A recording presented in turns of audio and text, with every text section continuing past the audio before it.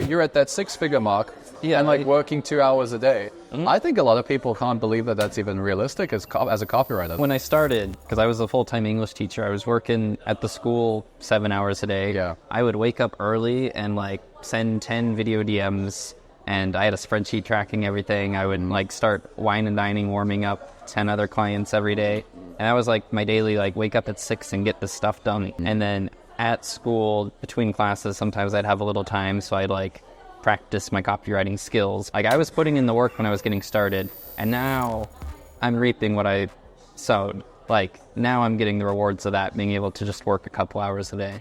Something people don't realize. They're like, I'm gonna like nurture them into wanting to work with me, and it's like, You can't bro, Stockholm syndrome a client. you're not gonna like sneak your way into them eventually wanting email services. They either want it or they don't want it. Right. What would you say is some of the things people should watch out for when they want to transition to becoming a nomad? Like they're like, you know what? I'm making money as a copywriter. I want to go overseas. What are some things people need to keep in mind when they make that first transition? I go abroad maybe 3-4 times a year right now. If people aren't used to that, then it's a lot different. You got to be. If you're pretty clear on what you're going to tolerate and what you're not going to tolerate, there's a lot less nightmare clients than you think out there. Nightmare clients are 50% of the time you. What do you think you need to do to believe that your time is worth the same as a client's time? That has to do with. All right, so we're here today with Logan Hobson, the man himself, the legend. And Logan's been working with me for quite a while in Email Dojo. Yeah, and like he's 3 years. Yeah, it's been quite a long time, right? And it's actually really cool because we get to do this interview in person here in Tokyo, because Logan actually lives in Tokyo. Yeah. And Logan has been building this freelance, nomadic, I guess, copywriting business and living pretty much wherever he wants. And he chose to live in Tokyo in Japan. Yeah. And he's built a really cool copywriting business for himself, working with some pretty good clients on his own terms, on his own hours, when he wants, in a time zone that's actually not very ideal for America as well. Yeah, but I've made it work. Yeah.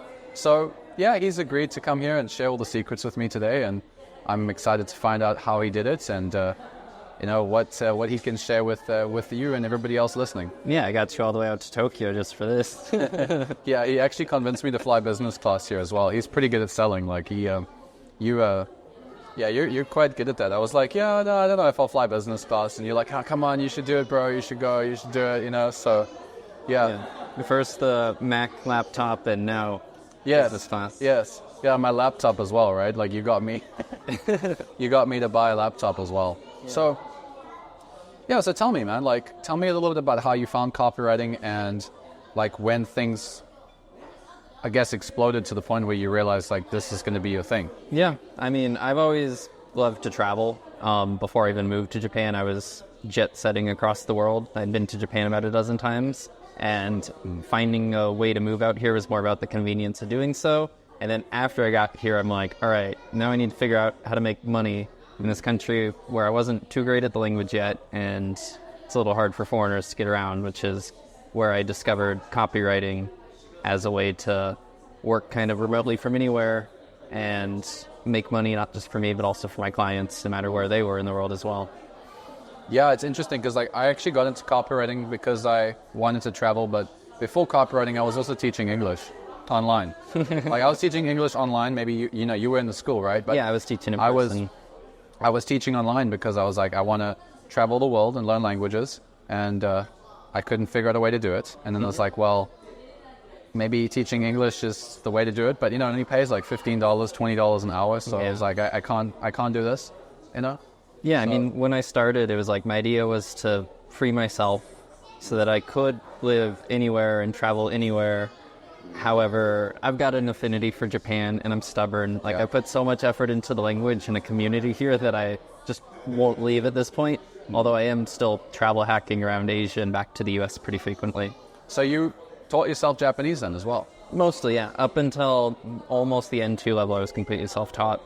And what is N2 for people that don't know the language? Almost business level Japanese, where it's like, I get by just fine in about any normal conversation, but I struggle a bit with the formal business talk. Right, yeah. Yeah, I mean, it's pretty cool because I was learning Japanese before I got into copywriting. And it's kind of like, I think one of the things that when we first started chatting is like, you like Japanese. And we both actually were following a guy we both had like the same guru that we were learning how to learn Japanese from. Yeah. So that's like, it was like super niche because I think he only has, well, now he's a bit bigger, but like back then I think he only had like 10,000 subscribers or something. Oh yeah, So, I mean, so like within the 10,000 subscribers, there were 2 copywriters. Like, what are the chances? You know, like both niches back in the day were like really, really small, and like Right, 10,000 right. Japanese learners, and like copywriting actually wasn't so popular. yeah, it like kind of everybody- took off later in the pandemic. Yeah, like copywriting really exploded, I think, after the econ Yeah. wave. Like people now talk about copywriting as like mainstream. It's funny. I remember I used to talk about copywriting, you know, and I'm like, oh, I'm a copywriter. People are like, what is that? Whereas nowadays, I feel like most young people, I tell them I'm a copywriter, they actually know what it is now. Yeah, Like, oh, I'm a it's- copywriter. They're like, oh yeah, that's cool. even in Japanese, like I'll tell people like copywriter, and sometimes they'll actually like understand what that Yeah. is. So that's crazy because back when I started, when you started, like no one knew about this. No, everyone was like, oh, like trademarks, and I'm like, Yeah. So how did you get it? Like for the point where you, like, what do you think the number one thing is that you did to go from, you know, like kind of making a little bit from this and then like, oh, okay, I can actually quit my job teaching English and like pursue this full time. So when I started out, I kind of took some ideas that people had in another coaching program I was a part of and kind of mashed them together into a way that was actually working well for getting a lot of responses, even though I didn't have any experience. So my first client, I got through that. I feel very lucky that I did, but also like I proved myself with my skills in order to keep them for a while. And I used a unique referral method with that client in order to bring more clients in. Now this was over 3 years ago, and it's like I'm still friends with that guy and working with like 2 of the people he referred me still from back then. So it's all about relationships and then creating my own unique methods of trying to connect with people. And around the time I met you or really connected with you, like I was just about the level where I was making about the same as my teaching job. Wow. And thinking about getting out of it, and then some strategies that I've learned from you, and also just kind of the whole mindset and surrounding yourself with people that push you really helped me like get out of the English teaching world and get probably making 5 times as much as my previous coworkers. Yeah. That's a lot more. Yeah. A huge boost to my quality of life here.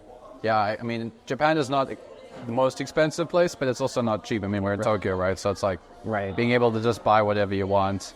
Exactly. That like, you know, that you need is pretty cool. And copywriting, I mean, the dollar is pretty good right now, you know? Yeah, luckily, I mean, the yen's kind of weak now, so it's even better. But even if the yen was still back to where it was in 2020, like, Yeah. I'd still be doing way better than the average Japanese person.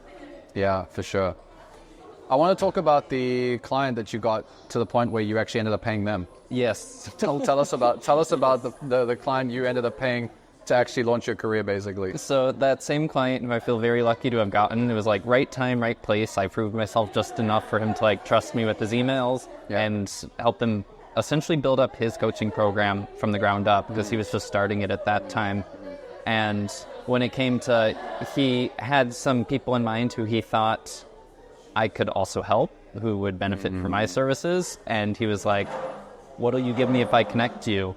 And at the time, since I was pretty fresh, I offered him a deal that might have been a little too good because I didn't understand the scale he was thinking. And suddenly he's connecting me with these people, and I'm like, okay, your referral fee this month is this much. And then it got to the point where, all right, well, you're not paying me this month, and it looks like next month I have to pay you because you've given me so much work. So I have to give you emails and money. So I guess it worked though, because you got like what, 5 clients or something from that. Exactly, yeah. Yeah. Like 2 super long term, a couple pretty long term, and then like I'm still talking to him. I'm still like giving him some advice here and there, even though he's more moved in-house, in person, which I mean, that's one of the few disadvantages of being abroad if people want to have that in-person community. Would you say that he's like the kind of, I mean, the big businesses, I don't know if would play the same game, you know, because they try transition into more of a corporate play style where they like have everybody internally, or they just don't. But it seems like this guy was more of like not a solopreneur, but like more of his own sort of way of doing things. He's more flexible. Right. And most of your clients are like that, right? Like they're not they're not these massive businesses.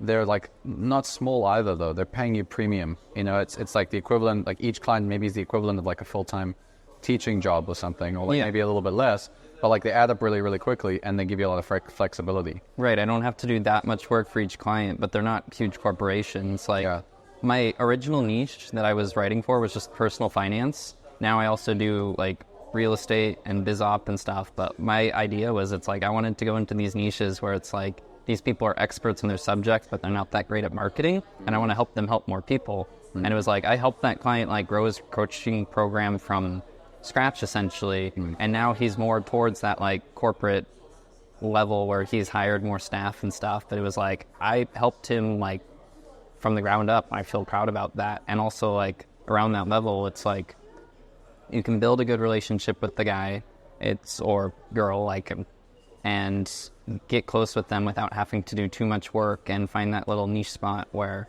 it's a good balance between flexibility and pay. So it's like there's this zone, or like there's a type of client that's not too big, but they're not too small that they can't pay you. Right? And like we were talking about, it's like a Goldilocks client. That's what you called them. Yeah, like Goldilocks clients. And so you build this entire copywriting, six-figure copywriting business with Goldilocks clients. And I think a lot of people don't really realize that there's this opportunity, because they're like, they either want to work with businesses that basically can't pay anything, because they're beginners, or they want to work with the biggest clients in the industry. And when they do try to find the clients that you have, they usually don't, I don't know, like there's like a certain type of client that's in this middle zone that will actually pay for copywriting. Like what would you say are some of the traits of businesses like this? Like you said that they have like a following, but they haven't really monetized to the level that they could. What are other things that these guys or girls have going for them that you can easily see like, oh, this could potentially be one of these like 2K a month retained clients? Well, some common trends I've noticed, both with that first client and then also someone he referred me with who I helped them launch their high-ticket coaching program. And we did like a $250,000 launch. Nice. Starting his email list from scratch. Basically, they were motivated to build something, and they were not quite in the place where they had it foundationally set up. So I was in a position where I could use my expertise to give some advice and help with the process in terms of the marketing strategy beyond just like writing email copy. Of course, that's a little like extra that I went out and did, but I think that was a big part of building the trust and getting referrals from these kinds of people. But they're starting to do the high ticket coaching, like they're investing in themselves as well. They have mentors that they're learning from, and they're serious about helping other people are the big qualities I've noticed. Okay, yeah, that's good. Yeah, I think that finding them in that growth phase is key, right? Because if they've already got it all going, because a lot of them actually end up being with agencies. I think that's the challenge. Is like maybe some of the guys that you went for that didn't close, they just delegate the whole process to an agency. So like how do you maybe before they have an agency, or maybe even if they're transitioning out of an agency too, because some of them like, I don't want an agency, like they're charging me way too much, right? It's like how did you break in back in the day? You sent videos and so my main strategy there was like Instagram video DMs, and of course things have changed since then, so the original strategy I used doesn't quite work.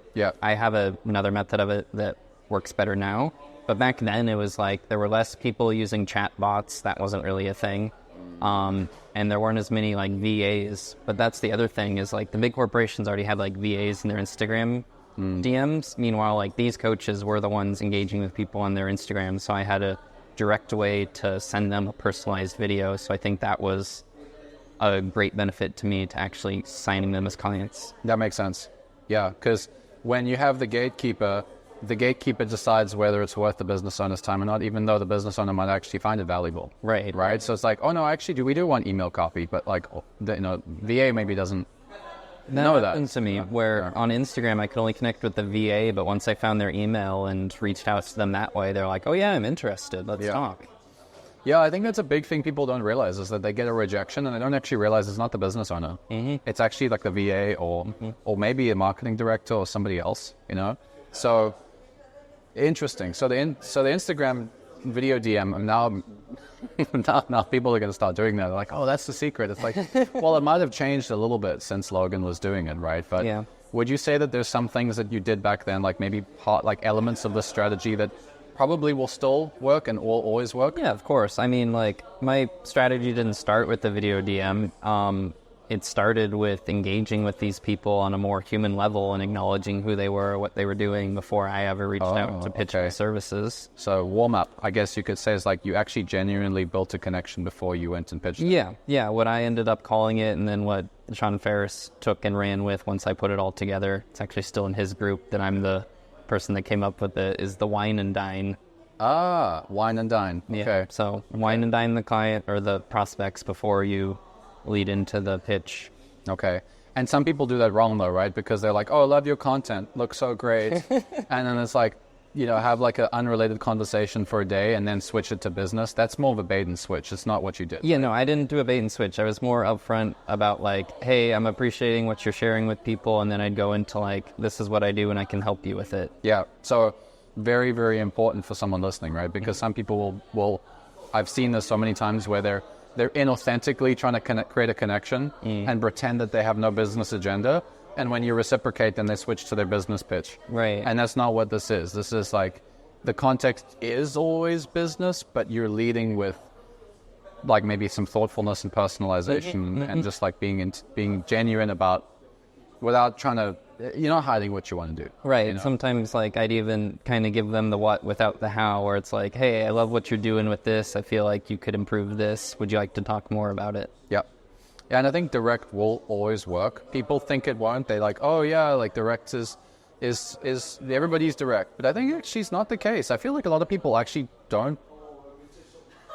They try a direct strategy, but they're not being direct. Right. Because they're like, I don't know, it's scared of being rejected or something. So like, I've seen some people have some very, very indirect ways of pitching their email marketing. They're like, oh, we can generate you more sales without, I don't know, like they just like coat their offer and make it so complicated. Like, oh, we can help you to generate all these sales with this new follow-up nurture process. And it's like, just call it email marketing. Like, why do you have to sugarcoat or make it sound like something it's not? I think a lot of people don't respond because of that. It's just like business owners don't even know what it is that you're actually doing. Whereas your one was like very, very clear. Here's what I think I can help you with. Specific thing. Pointed at the exact sort of thing that you think that they could benefit from. And then if they want that, then... Right, because I actually tried the other method as well, like you just mentioned. And the thing is, I might have gotten slightly less replies to the initial response when I was more direct. But at the same time, those were the people more likely to actually want to work with me or to take the advice seriously. Where it's like, if you just say like, oh, love the content, and then you're going to switch, it's like, everyone's going to respond to love the content. But not everyone's going to respond if you're more direct up front. So it saves me time too. I don't have to worry about the people who like are going to take offense or aren't interested just because I said I like their content. Yeah, and to add on to that, it's like when they do like when you're direct with them, right, and you tell them this is what, I mean, they're only going to hire you if they want it. Right. So like, if you're direct, you're basically saying like, do you want this or not? Because at the end of the day, the people that are going to hire you want this. Right. So there is no way to indirectly get that. If they don't want it, they don't want it, right? Which is, I think, something people don't realize. They're like, oh, I'm going to convince them, I'm going to work them, I'm going to like nurture them into wanting to work with me. And it's like, you can't Stockholm syndrome a client. You're not going to like sneak your way into them eventually wanting email services. They either want it or they don't want it. Would you say your clients were all educated that copywriting is a thing that pays and email marketing is a thing that pays, or did you find you had to convince them sales call? They all understood the value. That very first client as well, it started out just doing a couple emails a week for him, but he was just like, yes, I need someone to do email marketing. I understand it's important, but I don't have time. That's big, because some of these middle-sized startup companies don't really appreciate copywriting or email marketing, and I don't really recommend you go for them. I mean, would you echo that? Oh yeah, I would 100% agree with that those people are not worth wasting their time if you have to convince them that what you do is worth the money. Yeah, so don't just approach like, maybe, but don't approach just like random YouTube channels with people that have clearly no idea what marketing is, because that's like, you can't outperform the business owner. Right. Yeah, okay, that's really valuable. I think a lot of people are going to be able to use that if they're outreaching and they're like trying to pitch people. It's like, and I think the video thing also, like in the time that you were doing it, you sent a video of you. Yeah. Like your face talking to them directly. How many people were actually doing that back then? People were very afraid of doing that. Yeah, not many people were willing to like put their face out there, and it showed that people appreciated that, because I actually got a decent amount of responses that were like, oh, I'm not interested, but I really appreciate your approach. I think what you're doing is awesome. Good luck to you. Yeah. Versus the typical like, not interested, stop bugging me, unsubscribe. Yeah. So I think that the biggest takeaway, at least I'm getting from this so far, is like, if you're going to go and do outreach, be direct and give it your all, and like show that you put in the effort. Because if you do half an outreach, people see the laziness. If you don't do the personalization, people see the insincerity. If you don't make a clear offer, they don't have the clarity. And if you're not asking them if they want it or not, then they're not gonna. Right. The clarity needs to be there on both ends. Yeah. They need to know they need it, and you need to know they want it. Yeah. Okay, I like that. So that was how you launched. You launched like that. You got that client, ended up paying that client for a while. What about what would you say is the balance? Or like, how do you run a? I mean, you don't work that much, right? I mean, you don't work like all day every day. No, like you've seen, it's maybe 2 or 3 hours a day. Yeah. Some days even less if I feel like it, and I'm still getting all my client work done and still bringing in roughly 6 figures. Yeah. Yeah. So like you're at that 6-figure mark.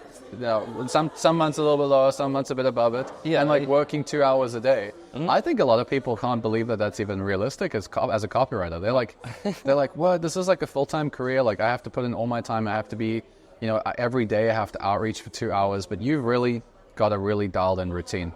I mean, when I started, I was putting in the effort, because I was a full-time English teacher. I was working at the school 7 hours a day. Yeah. I would wake up early and like send 10 video DMs, and I had a spreadsheet tracking everything. I would like start wine and dining, warming up 10 other clients every day. And that was like my daily, like wake up at 6 and get this stuff done.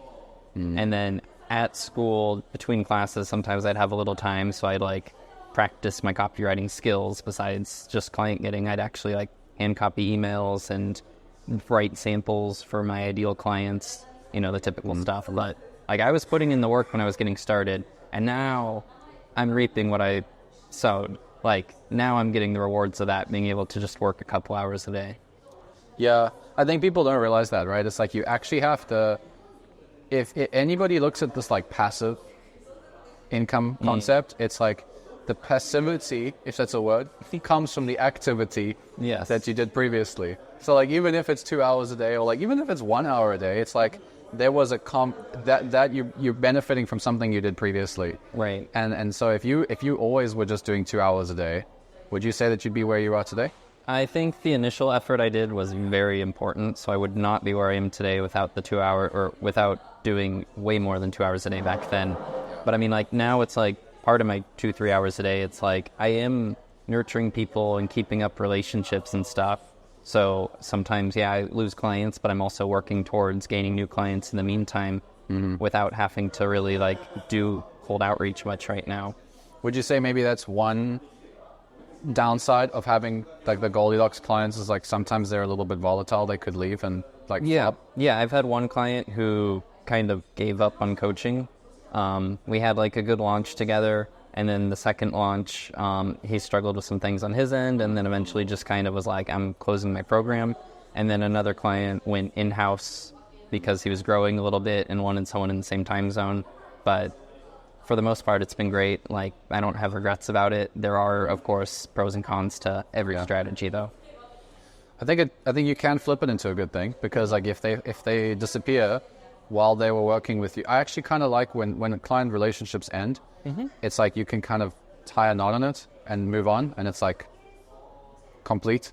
Because with some clients, at least in my experience, some clients, like we kept adding projects to the things we want to do. We never were able to get to those projects, and like it eventually became a lot of like open, like loose ends in my mind. It's like, this I need to do, this I want to do, not getting to it, he's not getting to it, we're not getting it done. But like when you end the relationship with our client, it's like, you take all their problems and you like kind of put them back on the client, and it's like, okay, it's done. Like that mental bandwidth is all back in my mind, you know, like I think so, you know, I think you mentioned recently to me that one of your clients, you know, like they're just not really showing up in the way that you need them to show up.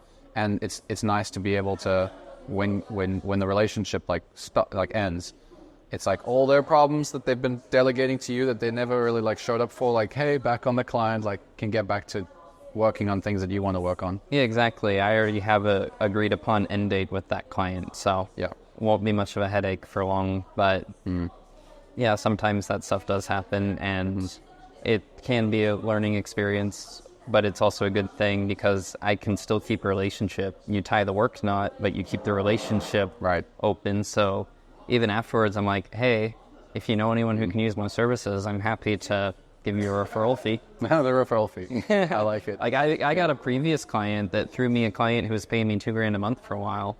Nice. Like I wasn't even working with this guy anymore, and he threw some extra work my way from one of his friends. That's cool. Yeah, like never underestimate the value of the relationships that you have, right? Mm-hmm. So going back to the hourly, or like the 2 hours that you work per day, like what does that routine of work look like usually for you? So I've got 2 different styles of routine, one for when I'm at home and then one for when I'm on the road.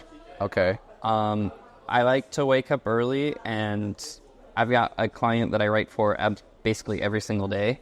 I get that work done straight away, and then later in the day I'll do the more minor tasks or writing for some other clients or planning whatever I have to do. But it's like that client's writing always happens first thing in the morning. And then I study Japanese for a while. I go about my like midday routine with the gym and all that, and then I get to those other tasks, and then I'll finish up in the afternoon, and I've got the whole evening to enjoy for myself. Nice. So a little work, maintenance stuff, gym, food, all that, studying Japanese, because that's what I like to do with my time, and then a little more work, so a couple hours are split. I see. And when you say home routine, I mean, I know that you like working a coffee shop, so it's not entirely a home routine. Actually, Logan got me into the whole coffee shop thing, because like for a long time I was just working from home because coffee shops used to distract me, and I used to find them like not so productive.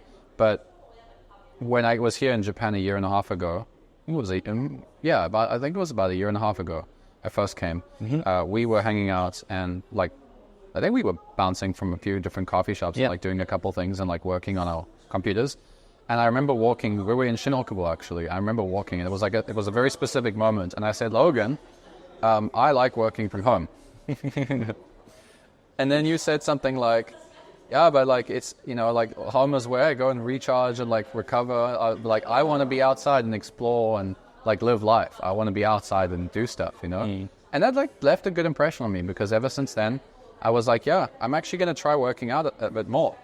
And now I do. Like I work a lot of coffee shops. Probably I find them actually more productive. Yeah. Like weirdly enough, if you work at home for 4 hours, it's like maybe you get this amount of work done.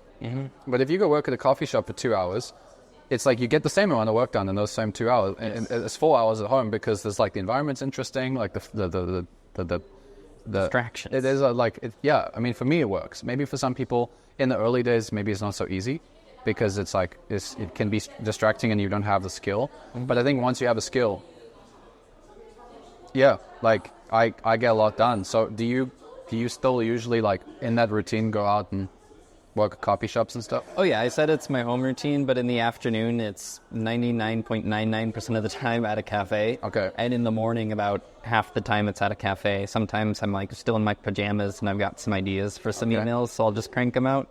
But other times it's like, if I don't have anything like fresh in my mind for that client, it's like I'll get ready, I'll go out, and there's a cafe that around like 7 a.m. it's like a bunch of business guys all getting ready for work, reading the paper, working on their laptops, and I feel like that the environment around me like helps get me in the mood to work. And then in the afternoons I'm usually at a Starbucks that has a bunch of like students doing their homework, people doing work and stuff. So again, it's like I look around and it's like I'm surrounded by people being productive. It just kind of makes you want to as well. I like that. Do you have headphones when you do your work? Like usually not. No, you like the sound? Unless the music is too distracting. Like one day the Starbucks just was cranking some English music way too loud, and I could not think. So I put in some earbuds. But cafe sounds, I think, help me. And I've got some frequent ones that I go to that I've taken you and some dojo members to before. Yeah. I think some places, maybe if you've been there a lot, then it's like psychologically, your brain is like, okay, work time. Yep, I got a routine going on. And it's like I go to this one coffee shop so much. The staff know me. They know my order. It's like sometimes I don't even have to order. They just give me my drink and oh, that's cool. I'm ready to pay. Yeah. Nice. So. But isn't it expensive to be having a coffee or drink every single day, Logan? So I'm someone who, even if I wasn't doing work, I would already be drinking that much coffee. Yeah. So for me, it's not much different. And besides, I'm making enough to justify it. Yeah. At this point, coffee is a normal business expense. Yeah, it is a business expense. I think people forget that. Like, what is the point of money if you're not going to be using it to some extent as well, right? Like, if it sits in your bank account. Yeah, I mean, people pay money for a home office, and it's like they get used to just being there. And it's like, for me, it's like I pay a little bit here and there for coffee, and then I'm used to working basically anywhere I have my laptop. Like, hell, I don't even need a desk. Sometimes I just write with my laptop on my lap. Do you write on your phone sometimes? I'm not very good at writing on my phone. That's like my one weakness. But I have cranked out some decent emails like on the metro with my phone. I like writing on trains though. Trains in Japan, you can ride on a train? Like the bullet trains or the like express trains where you have the tray table, like kind of airport style. Yeah. It's like I'm so productive on those. You've told me before, like, hey, Matthew, I made like $700 on the train. And I paid $100 for my ticket, so like I just got a 7x return on my ticket. Basically, I mean, like sometimes I'll upgrade. Like Japan's got a slightly fancier, like they call it the green car on the bullet train, where it's like wider seats, cooler environment, like, and it's like maybe $20 more, and I'm like twice as productive. Like there's less loud people around, or it's just like I have a little more space, so it's a worthwhile investment for me. I get a high ROI on that.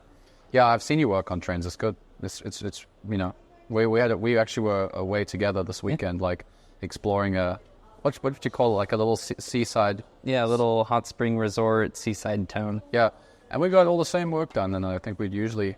Right, we were sitting in chairs, just looking out on the ocean in our little cozy hotel room, and we were working at a bar. Yeah, we got like, it was actually quite interesting because I mean I still work, you know, but when I was comparing the work that I got done when we were together, like being away from the main and like the traditional environment that I'm working in actually gave me a lot of inspiration to get other work done that I don't usually do. So like, I think people underestimate, especially if you're a copywriter and you're creative, you underestimate how much you actually can get done while experiencing life. Yeah. And I think people forget that, like you need to experience life. If you have a remote job, you need to really get the benefits because there's some downsides too, right? I mean, the income isn't as stable. There's no retirement plan. You know, like if you're going to trade off from having a stable 9 to 5 for this and it's remote and you have time flexibility, like live it, you know, like benefit from that. Otherwise you're just, you know, well, I mean, you're not taking advantage of the fact. I mean, how many other people would love to have this lifestyle, right? Right. And I mean, like copywriting can be a little lonely. You're just by yourself in your head writing. But like when we were together, it was like we were both working side by side, and that made me even more productive. That's also part of the reason I like the cafes, especially the ones where other people are working, because it's like the energy there is just like, let's get shit done. Yeah. No, I like it too. It's a very cool vibe. I highly recommend you know, if you're listening to this, like I highly recommend that you try it. And if you don't like it at first, I think it's probably a little bit to do with your competence and what you're working on. Like if you struggle with things, so you're getting a bit distracted and like you're not, like you're struggling with it, it's probably a competence thing. It's probably just don't have enough practice. I've written so many thousands of emails that it doesn't bother me at a coffee shop anymore. But in the beginning it did. What would you say is some of the things people should watch out for when they want to transition to becoming a nomad? Like they're living at home or they're living in their own apartment, whatever. They're living in their home country, their hometown. They've got their diet, they've got their routine, they've got their friends. They're like, you know what? I'm making money as a copywriter. I want to go overseas. I want to go to Japan. I want to go to Thailand. I don't know, wherever. What are some things people need to keep in mind when they make that first transition? So if they're not someone who's used to traveling a lot and they're not going to take time off work, it's like I go abroad maybe 3-4 times a year right now, but I'm not taking time off work. I'm working on planes, trains, hotels, whatever. It's like, if people aren't used to that, then it's a lot different. You got to be flexible with what you're doing in both like environments, and if your meals and diet affect you, then being open to new things and the willingness to try things is really important, especially if it's a place you've never been to before. Yeah.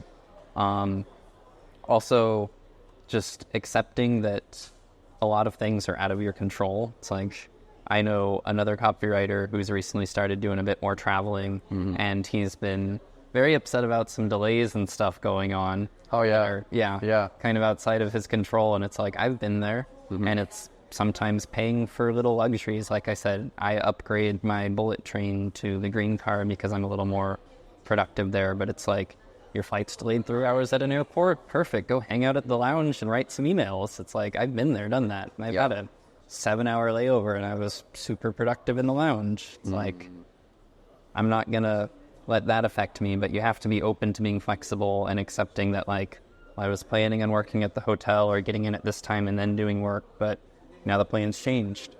Yeah. I think that's very, very important, because some people are very structured, and it's good, if you're structured, but there's so many downsides. If you travel, it's not going to be easy to make that transition if you're super, super structured. Right. I've always had a very flexible, I like the chaos of life. Me too. I've always enjoyed traveling. I always feel like I get the same amount of work done. It was a belief when I first started traveling and writing copy that I was going to be less productive. But when I started traveling, like, I was in Italy and I had my first 25K month when I was traveling. And it was such a weird thing to me, because I was like, oh, being on vacation, you're going to make less money. And I was like, well, I'm not taking work time off, but I'm not sitting in my nice office. I was sitting in a plastic chair, and my back was actually sore because it was a pretty bad chair. But like, it was the most money I had ever made. And I was traveling. I was like literally like staying a couple of streets away from it was the same street as the Colosseum, dude. Like, I could literally look at the Colosseum, like I could go to the balcony and see the Colosseum. Oh, yeah. And I'm like, my gosh, I'm like living a pretty amazing life. I'm going to be grateful for this, because I was more productive. And it's like, I think it's because that environment, the chaos, like feeds the creativity a little bit. Okay, so you need to have flexibility. Tell us a little bit about that, like being willing to spend a bit more for the luxuries and like to make sure that, because this is something that I've had to really work on. I've really struggled with this, because I don't like, I don't really enjoy spending money where I don't need to. And I've always felt like it wasn't a necessary thing. But you've showed me that it is actually necessary to spend money on luxury. It's not about the luxury. It's actually it is a necessity for your state. Right. I mean, I heard about how productive you were on your business class flight recently versus normal. It's like, I'm not at the level where I pay for my own business class flights, but I've got ways where it's like the luxuries are nice there. There's a lot of things outside of your control, but you can focus on what you can control. Yeah. Where it's like, I've kind of got my digital environment with my laptop, like tabs, like different Chrome windows are open with different tabs, always ready to go on different projects. So it's like, I open my laptop, I don't have to waste time opening things up and figuring out what to do. So my digital environment's set. Also, just being used to having your laptop like on any table or on your lap even, like, just getting used to that means that basically you can feel comfortable almost anywhere you are. Of course, like lounges and stuff where you got like drinks and stuff, like some people are more comfortable with coffee, then it's like find a place where you can get some coffee to work with. Just any little environmental cues like that might help you, that are somewhat under your control. Take advantage of those and make your environment as comfortable as you can while you're on the road. Yeah, I think that we could say, backpacking style traveling, it's not optimized for the work that we do, where you're trying to be cheap on things, like save $20 a night on like a apartment. It's like, no, just make more, spend more. Like, I literally had this happen last week where I was here and I chose an apartment. I thought it was pretty nice, to be honest. This was like a genuine travel mistake I made, and I thought it was a nice place. It looked like a good place. The light, the curtains weren't so good, so like it like the light didn't like it didn't block the light, and it's summer here in Japan, so like I'm going to bed at 11 and waking up at 5 because 4. Yeah, more likely 4, right? And it's like 4:30. And so I wasn't sleeping too well last week. And I was like, this is unbearable. So I went to go I bought a pillow for $70. And I've been carrying the pillow around for a while because the pillow has been helping me with the accommodation that wasn't so good. And I actually said, screw it, I don't care, I'm going to book another place. And I just did. I booked a different place. I paid for two places on the same night kind of thing. And I didn't care because I was like, you know what, like I'm just not being productive. And, you might make mistakes like that. So the flexibility is like, oh, I'm not so productive this week. It's like sometimes you just have to accept that's what happened when you travel. But it's worth paying for those little things. It's worth paying the extra $100. It's worth paying the extra $1,000, especially in our industry. When you're making six figures, like what'd you call, I don't know, is it premium backpackers? Like luxury backpackers, or like, I don't know, like professional backpackers. Let's put it that way. It's like not being cheap, not living in like dormitories, like having your own hotel room. What are some things that you could say is like super essential for, like hotels? And I mean, my main thing is in Japan, this is an issue. Other countries, maybe not. It's like the private bathroom and stuff, because some places have like shared there. Basically, if there's decent reviews about like the beds, I feel like that's important. And from the pictures, it looks like there's at least a little chair and table, then that's ideal. Or actually looking around the area before I book it to make sure, okay, there's a coffee shop I can get some work done at. And if I need anything, there's places around where I can find it, everything I'd need to make my environment comfortable enough to be productive while on the road. What about time zones? Time zones, basically I'm very clear with my clients, especially new clients, where it's like, I'm living in Japan. I'm 13 hours ahead of Eastern time right now. It changes with daylight savings, but I swing that into a positive where it's like, sure, I can only do meetings morning or afternoon during a couple hours because I'm not about to do 3 a.m. calls because I care about my sleep schedule. But at the same time, I'm like, I'm 13 hours ahead of you. Like, if it's due Tuesday, I'm going to have that done on Monday because I still treat the deadlines as if I'm in the same time zone. So it's like, I will always be ahead. I can think ahead. I will do things while you sleep, so you wake up to the work done when they'd usually be done during the next day. And I've never had any issues in terms of deadlines or clients feeling like they're not able to reach me.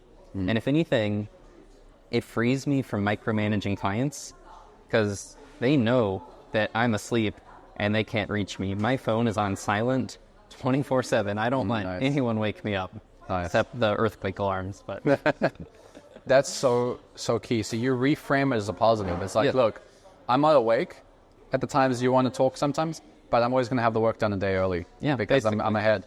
I like that. That's a good reframe for some people. Like, I'll work while you sleep. Like, that's great. They can wake up and it's already done. I work while they sleep. I like it.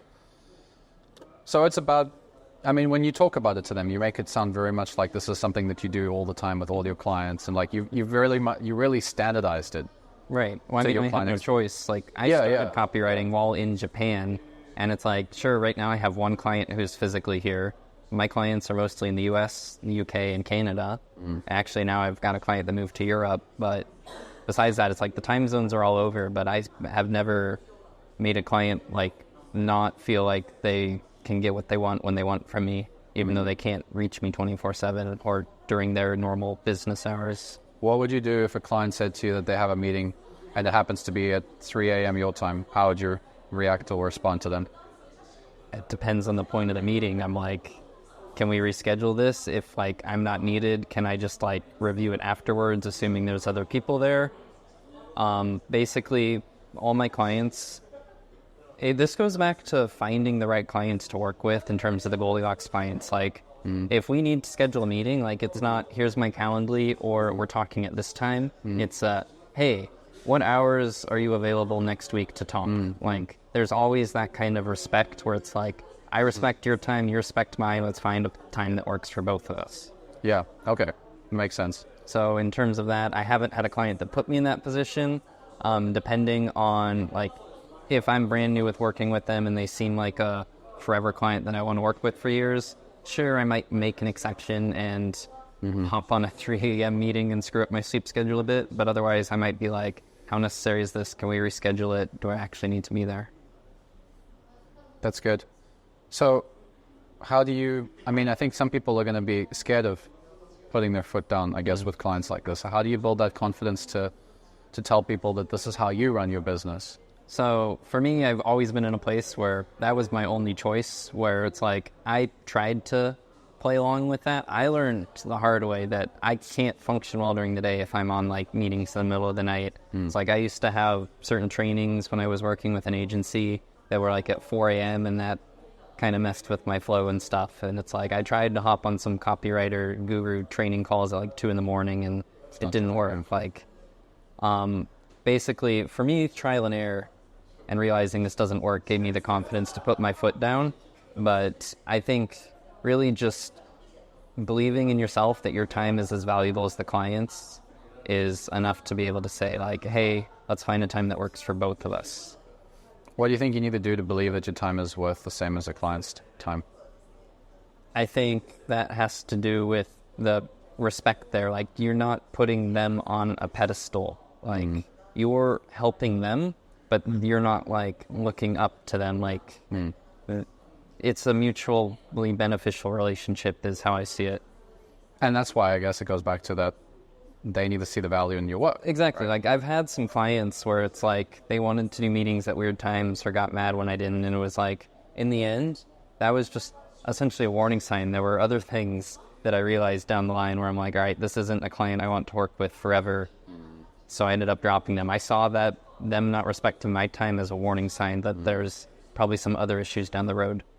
Yeah, I had a client once that wasn't respecting my time and I nearly let them go because I was very clear with them that this is not the way I work with my clients and that we need to change things or it's not going to fit or not going to work. And I said it respectfully and they actually reciprocated. And you know, I think I've mentioned this in previous interviews to some people that have listened twice is like, or have listened to previous ones that, you know, if you're pretty clear on what you're going to tolerate and what you're not going to tolerate, there's a lot less nightmare clients than you think out there. Like nightmare clients are 50% of the time. Let's just say 50%. You, not the client. It's how you treat them and how you teach them to treat you. It's not actually. There's so many clients that people would have considered that I've had that they say, oh, it's a nightmare client, and it's like, no, you don't know how to speak up for what you need. You don't see yourself as an equal. You just say yes to everything, and then you wonder why they're taking advantage. They don't even realize that they're taking advantage sometimes, right? Because they're like, oh, this is what he wants to do. This is great. He says he can take care of it. He says he wants to be there at 4 a.m. He says he's fine with it. But if you say, no, I'm not fine with it, you know, then it's like, okay, he doesn't want to do that. It's like, so you got to tell people what you... Yeah, if you say yes once, you kind of set the precedent. Yeah. I have another client that... another copywriter I know used to work for, and it was like they were telling me some issues they had with the client, and it's like I was ready for those, but I'm like, those never showed up for me. Same client, different copywriter, and you have no issues in that client's, and then that copywriter had issues. Yeah, that's interesting. Yeah, yeah. That's how. I mean, I've seen that play out so many times as well. It's like sometimes it's a personality thing, but I think a lot of the time it's just building your business in a way that aligns with you, and I think that's one of the big themes of our conversation. It's like you got to know what you want, you got to know where you want to live, how you want to live, what kind of lifestyle you want, and then find the clients that support that. Because I think if you had clients that a lot of copywriters have, they would have made your life a lot more difficult. Because they're like, those big clients are like hustle kind of people, not ideal for the kind of lifestyle that you've been building. So you got to know early on like what kind of business you want to work in, and so for those listening, hopefully now you can see that there is, if you want to be a professional backpacker or a professional nomad, live in the country, like not living in your home country and you know, live abroad. Yeah. There's certain types of clients, there's certain type of work that, you know, you need to do to make that possible for yourself. And it is possible. Yeah. Like on a positive note, it's like I'm living in Japan. I travel abroad 3 or 4 times a year. I take domestic trips in Japan via train or plane almost once a month, sometimes more than once a month. Yep. And I'm working 2 to 3 hours most days, and I'm still making about 6 figures. Like, I've made this business work for me. Obviously, I'm still trying to scale my income, and I have some lower clients that I'd like to replace with more premium Goldilocks clients. Yeah. And I'll get there. You will, yeah. Logan, it's been a pleasure, man. Yep. Really appreciate this. I think it's it's exciting for people to see what's possible with copywriting if you do it the right way. And looking forward to seeing you scale, and we'll have another interview in person. And thanks for convincing me to fly business class to Japan. Yeah, and soon I'll hopefully be able to talk to some copywriters about ways they can fly business class and upgrade their travel. That's right. Logan and I have been working on some secret stuff on how to like dial in your travel hacking and because I had to pay for my business class ticket. Logan's had some business class tickets that he can do with points, and he's milking the system. Yeah, I realized the plane ticket I got for under $1,000 usually costs about 18 grand. Oh my gosh, that's ridiculous. That's amazing. All right, we'll have to have that conversation another interview. Another time. Yeah, thanks so much for your time. Yeah, thanks, Matthew. This is great. Yep.